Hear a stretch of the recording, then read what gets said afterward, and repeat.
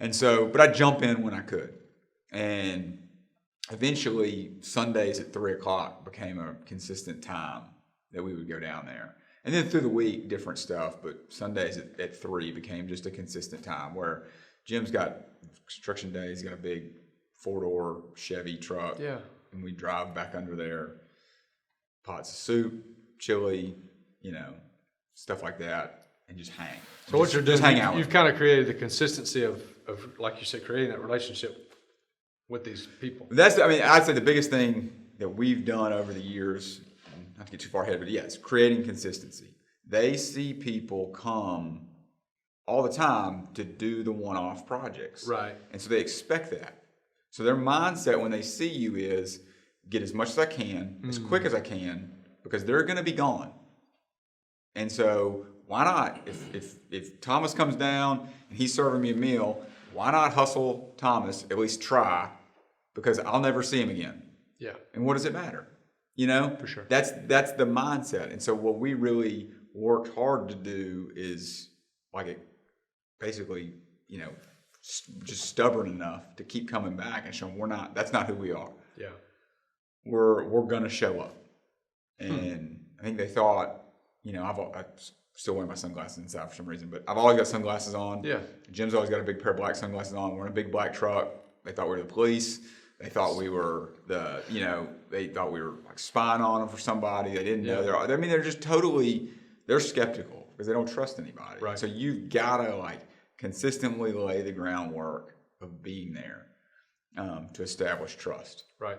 Okay. So you're at the church at this point. Yeah. You've kind of developed some consistency of going down, helping these people that are homeless. So where does it go from there? So, that happened in 2010. And so, the beginning. So over the course of that whole year, Jim and I are trying to figure out, kind of how this is, obviously at the very beginning, we didn't think this would be a full-blown thing that we're doing. Right. Might be just something we just do, but not in terms of a job or anything like that. And so, but over the course of the year, you get to keep knowing these guys. You start to understand their struggles, understand what they're going through. Then you start thinking, how do we help? How do we make an impact on their life, and help give them some resources, some tools, and trying to look at, there are resources and there are tools out there in our city. There's good places, good programs, right, all that kind of stuff. Are we trying to reinvent the wheel? Do we have a role to play? All those questions. Yeah. And so, but eventually decided that we fit a niche that a need that wasn't being met. And decided I wanted to give it a go full time. And so I talked to my boss, like I mentioned, Scott, at the church, and he was super supportive. And we just kind of made a plan to finish out that school year. Okay. With the kids that, minister to them, that group that I was super close with that had gone 8th grade to 12th had graduated.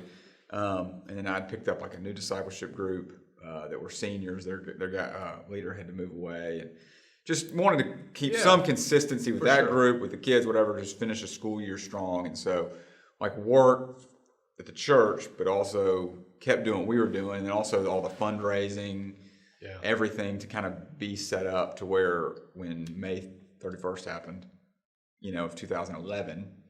Gotcha. So we had a year and a half of God kind of sorting out us sorting out what He was calling us to do, getting things in place, fundraising, all that stuff. We had about a year and a half before I stepped out full time. So you had a full-time job, insurance, the whole nine, taking care of family to do what you're currently doing. So tell us about what that is, the name, all that kind of stuff. So the ministry's name is Urban Purpose.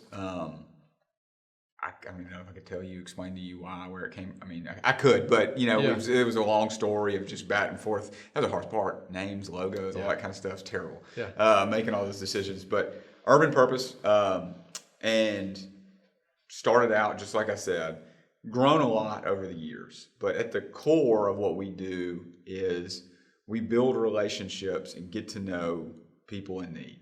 And so if that's a homeless guy on the street, right, in downtown Birmingham, stereotypical crack addict, alcoholic, sleeps outside, bounces around shelters, panhandles, right. the whole nine.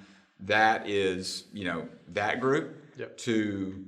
And I mean, we deal with anybody and everybody. Mm-hmm. Over the mountain, suburban, Vestavia, Hoover kids that have gotten tangled up in the opioid epidemic, and parents don't know what to do. Wow. They've lied, stole everything, and parents are at their wits' end and don't know what to do. Gotcha. And they've sent them to rehab 5 times and whatever. That case, single moms who, have a couple kids, no dad in the picture, no child support.